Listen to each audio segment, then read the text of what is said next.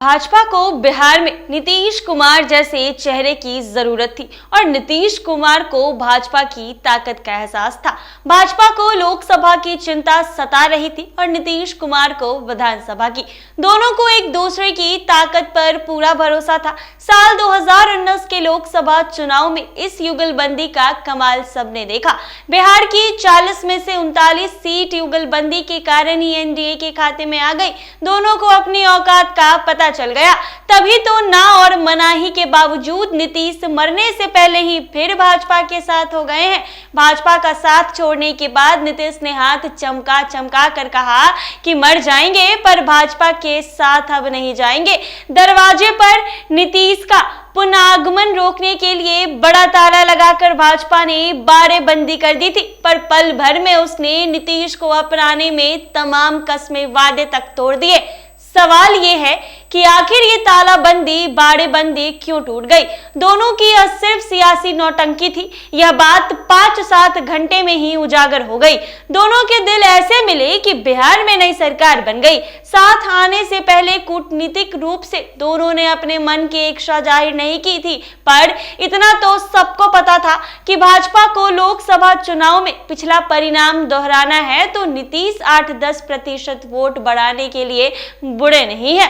2014 के लोकसभा चुनाव में जदयू को 16.4% वोट मिले थे, जबकि 2015 में विधानसभा चुनाव में 17% वोट मिले थे।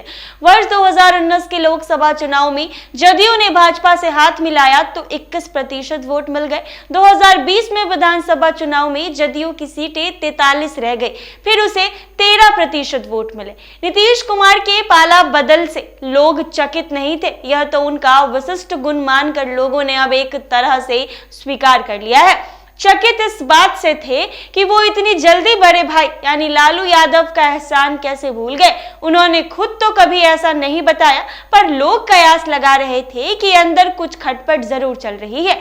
खटपट की इस बात की नीतीश अब तेजस्वी के लिए अपना ताज उतार दे। वैसे तेजस्वी की एक खूबी सबको स्वीकारनी पड़ेगी, उनकी दूरअंदेशी की भी झलक इसमें अब महसूस होती है। तेजस्वी ने कहा था कि हमें ना सीएम बनने की हड़बड़ी है और ना नीतीश जी पीएम बनेंगे। यह सफाई भी उन्होंने तब दी थी जब इस तरह की बातें हो रही थी कि नीतीश विपक्ष का पीएम फेस बनेंगे और तेजस्वी यादव बिहार के सीएम बनेंगे। तब जदयू के साथ रहे और अब राष्ट्रीय लोक मोर्चा के अध्यक्ष उपेंद्र कुशवाहा ने इसे आरजेडी के साथ नीतीश की सीक्रेट डील बताकर पार्टी छोड़ दी थी। अगर ऐसी डील नीतीश ने भी की होती तो कुशवाहा को क्या फर्क पड़ता। शायद उन्होंने आरसीपी सिंह की तरह अपने आप को नीतीश का वारिस समझ लिया था। डील से उनकी विरासत छिन गई थी। खैर, बाद में भाजपा और नीतीश कुमार के असल इरादे का अनुमान लोगों ने लगाना जरूर शुरू कर दिया।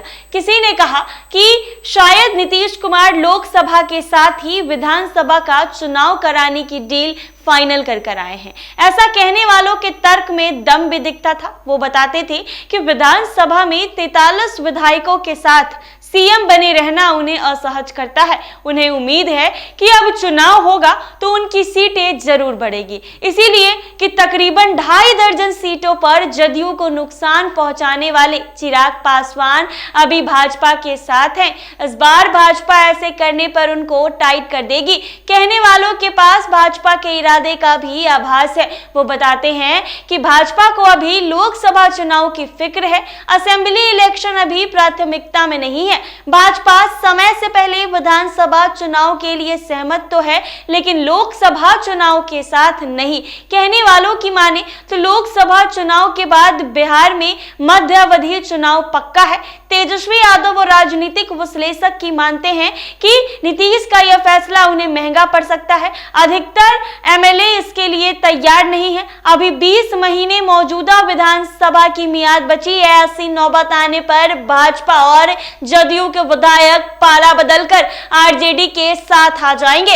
अभी दोनों गठबंधन में विधायकों की संख्या में नेक टू नेक फाइट है। बहुत सारे विधायक ऐसे हैं जिनके दोबारा जीत कराने की उम्मीद भी नहीं है। कुछ को लगता है कि उम्र या दूसरी वजह से उन्हें टिकट की गारंटी नहीं है। जिस तरह से हर दल में युवाओं को तरजीह मिलने लगी है, उससे चढ़ती उम्र के एमएलए आतंकित हो गए हैं। भाजपा के विधायक खास करके जिनकी उम्र अब पार्टी द्वारा तय पार्लियामेंट्री पॉलिटिक्स के पैमाने पर 75 की ओर अग्रसर है। बहरहाल अब तो दोनों में ओखल में अपना सिर डाल दिया है। समय बताएगा कि दोनों अपने अपने मकसद में पास होते हैं या फिर इसी में तेजस्वी यादव कर देते हैं कोई बड़ा खेल। हालांकि नीतीश ने तेजस्वी के एक बहुप्रचारित खेल को हाल ही में फेल कर दिया, पर बहुमत का आंकड़ा ऐसा है कि खतरा तो हमेशा बना ही रहता है। ऐसे ही तमाम अपडेट्स के लिए बने रहे NBC 24 पर। अगर आप ये वीडियो फेसबुक पर देख रहे हैं तो पेज को फॉलो कर ले, यूट्यूब पर देख रहे हैं तो चैनल को सब्सक्राइब करना ना भूलें।